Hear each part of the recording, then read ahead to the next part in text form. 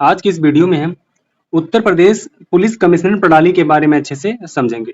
देखो, ये इम्पोर्टेंट एक चैप्टर होता है जो उत्तर प्रदेश पुलिस में पूछा जाता है। यहाँ से ये एक बेहतर नोट से आपको समझने के लिए, आपको रिवीजन करने के लिए, तो इस क्लास को कंप्लीट देखना।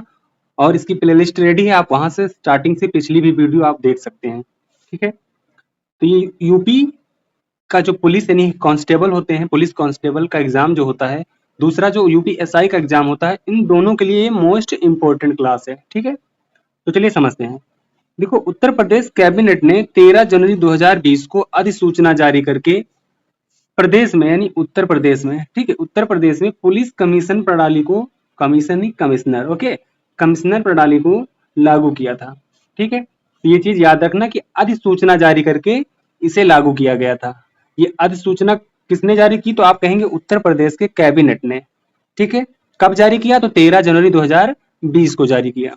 ठीक है, एक क्वेश्चन बनता है कि जो ये पुलिस कमिश्नर प्रणाली है, ये कितने डिस्ट्रिक्ट में लागू है? तो अभी आप बताएंगे कि प्रेजेंट में 7 डिस्ट्रिक्ट में ये प्रणाली है। ठीक है, 7 डिस्ट्रिक्ट में ये प्रणाली है, इस चीज को याद रखना। आप कहेंगे लखनऊ में ये जो है प्रणाली है, गौतम बुद्ध नगर में भी ये प्रणाली है। ये प्रणाली लखनऊ और गौतम बुद्ध नगर में 2020 में लागू की गई है। ठीक है, ये चीज याद रखना। 7 कौन कौन से हैं? 2 के बारे में आपने जान लिया। ठीक है, अब हम 7 की बात करें तो सबसे पहले यहाँ देख लेते हैं तीसरा और चौथा, यानी कानपुर और वाराणसी में भी है। ये 26 मार्च 2021 में कानपुर में और वाराणसी में ये किया गया है। ठीक है, इसी प्रकार से आगरा और गाजियाबाद प्रयागराज में 2022 में किया गया है। नवंबर 2022 में ये प्रणाली लागू हुई है, जिसे हम कमिश्नर प्रणाली कहते हैं। ठीक है, अब एक क्वेश्चन बनता है कि उत्तर प्रदेश के, ठीक है, यानी उत्तर प्रदेश की पहली महिला पुलिस कमिश्नर कौन थी? तो आप कहेंगे लक्ष्मी सिंह थी। ठीक है, कहाँ की? गौतम बुद्ध नगर की। ठीक है, गौतम बुद्ध नगर में जो कमिश्नर प्रणाली है, वहां की ये कमिश्नर थी। ठीक है, पुलिस कमिश्नर थी। ये क्वेश्चन पूछा जाएगा। ठीक है, इतना चीज आपको समझ में आ गया अच्छे से। ठीक है, अब यहाँ पे आगे से देखते हैं कि पुलिस आयुक्त प्रणाली लागू होने पर जिला अधिकारी डीएम एवं कार्यपालक मजिस्ट्रेट ईएम के अधिकार पुलिस आयुक्त को प्रदान किए जाते हैं। यानी कि जब आयुक्त प्रणाली लागू हुई तो जो डीएम है उसे कुछ अधिकार दिए गए हैं, जैसे धारा 144 को लागू करना। ठीक है, जो हथियार होते हैं उनका लाइसेंस देना और उन्हें रद्द करना। ठीक है, हथियारों का लाइसेंस देना और उन्हें रद्द करना, ये डीएम को अधिकार मिला। ठीक है, ये चीज आप समझ गए। फिर आगे है एडीजी स्तर के वरिष्ठ आईपीएस को पुलिस आयुक्त पद पर तैनात किया जाता है। ठीक है, ये चीजें याद रखना, ये चीजें फैक्ट हैं। ठीक है, देखो हम पुलिस कमिश्नर प्रणाली के बारे में समझ गए हैं। ठीक है, अब हम उत्तर प्रदेश से संबंधित कुछ एक्ट हैं जो वो इम्पोर्टेंट है। ठीक है, ये यूपीएसआई और यूपीपी यानी कांस्टेबल के एग्जाम के लिए इम्पोर्टेंट है। तो देखो, पहला एक्ट जो है वो उत्तर प्रदेश गुंडा नियंत्रण अधिनियम। ठीक है, ये 1970 का है, इस चीज को याद रखना है। कब का है? 1970 का है। बस एग्जाम में यही पूछेगा। उत्तर प्रदेश अग्नि निवारण एवं अग्नि शमन सेवा अधिनियम, ये 1944 का है। इसी प्रकार उत्तर प्रदेश अग्नि निवारण एवं अग्नि सुरक्षा अधिनियम 2005 का है। ठीक है, ये सारी चीजें याद कर लेना। गैर कानूनी गतिविधियां यानी कि रोकथाम अधिनियम जो है वो 1967 का है। पशुओं के प्रति क्रूरता निवारण अधिनियम, ये 1960 का है। कारागार अधिनियम 1894 का है। ठीक है, ये 1800, आप कहेंगे 1894 का है। तो ये सिर्फ इंपॉर्टेंट एक्ट हैं, ये इंपॉर्टेंट अधिनियम हैं जिनका आप जानेंगे कि डेट सिर्फ 2005, 1967 ये कब के हैं।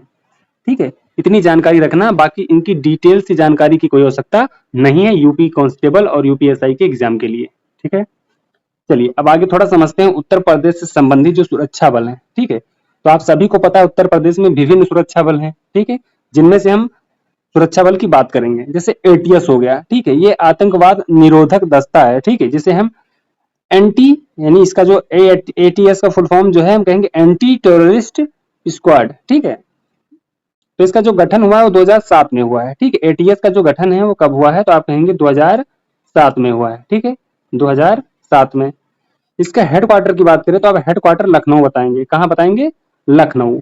ठीक है, तो एटीएस के बारे में आप जान गए। इसी प्रकार से जो दूसरा सुरक्षा बल है वो एसपीओटी है। ठीक है, यानी कि स्पेशल पुलिस ऑपरेशन टीम, जिसे हम स्पेशल पुलिस ऑपरेशन टीम के नाम से भी जानते हैं, ये इसका फुल फॉर्म है, जिसे हिंदी में विशेष पुलिस अभियान दल कहते हैं। ठीक है, इस चीज को याद रखना। इसका गठन जो है 2017 में हुआ है।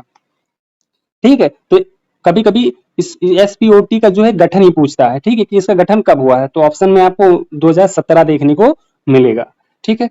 दूसरा जो सुरक्षा बल है वो एसटीएफ है। एसटीएफ मतलब यानी स्पेशल टास्क फोर्स, जिसका गठन 4 मई 1998 में हुआ है, ठीक है, 4 मई 1998 में हुआ है, ठीक है। ये देखो नोट्स हैं, इस चीज को याद रखना, ठीक है, ये नोट्स हैं, इनका आप रिवीजन कर लीजिए अच्छे से, ठीक है। इनका आप रिवीजन कर लेंगे तो आपको एग्जाम जब देने जाएंगे तो सारे क्वेश्चन यहीं से आएंगे, ठीक है, क्योंकि यहाँ पे सारा कुछ कवर है। एसटीएफ का जो नेतृत्व है, ठीक है, वो अतिरिक्त महानिदेशक रैंक का अधिकारी करता है, ठीक है। कौन करता है? अतिरिक्त महानिदेशक रैंक का अधिकारी करता है एसटीएफ का नेतृत्व, इस चीज को याद रखना, ठीक है। गठन पूछे तो गठन आप 4 मई बताएंगे 1998। क्लियर है ये चीजें? चलिए अब अगले सुरक्षा बल की बात करें, ठीक है। ठीक है, देखो अगला भी सुरक्षा बल, पहले उसकी हम बात कर लेते हैं, फिर हम इसके बारे में जानेंगे। अगला जो सुरक्षा बल है वो क्या कहेंगे? यूपीएसएसएफ, यानी Uttar Pradesh special security force, जिसे हम उत्तर प्रदेश विशेष सुरक्षा बल के नाम से जानते हैं। इसका गठन जो है 26 जून 2020 को हुआ है। आप कहेंगे 26 जून 2020 को हुआ है यूपीएसएसएफ का गठन। स्थापना की बात करें तो उत्तर प्रदेश विशेष सुरक्षा बल अधिनियम 2020 के तहत की गई थी इसकी स्थापना। हमने पहले भी आपको बताया गठन अलग होता है और स्थापना अलग होती है, ठीक है। अगर आपने ये भी चीज नहीं जानते हैं तो आप इसकी वीडियो हमने बना रखी है, आप देख सकते हैं उससे।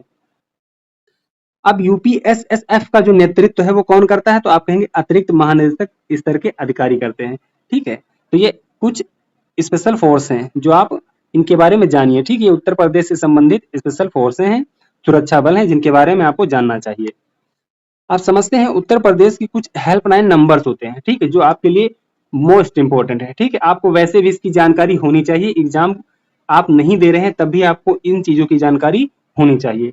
तो पुलिस का जो हेल्पलाइन नंबर है वो 112 है, ठीक है। फायर ब्रिगेड का जो है 101 है, एम्बुलेंस का 102 और 108 है, ठीक है।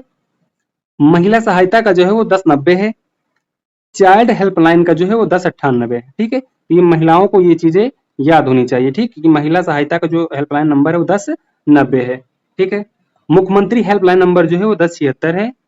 रेलवे पूछताछ के लिए जो हेल्पलाइन नंबर है वो 139 है। भारतीय रेलवे सुरक्षा हेल्पलाइन का जो नंबर है वो 1322 है।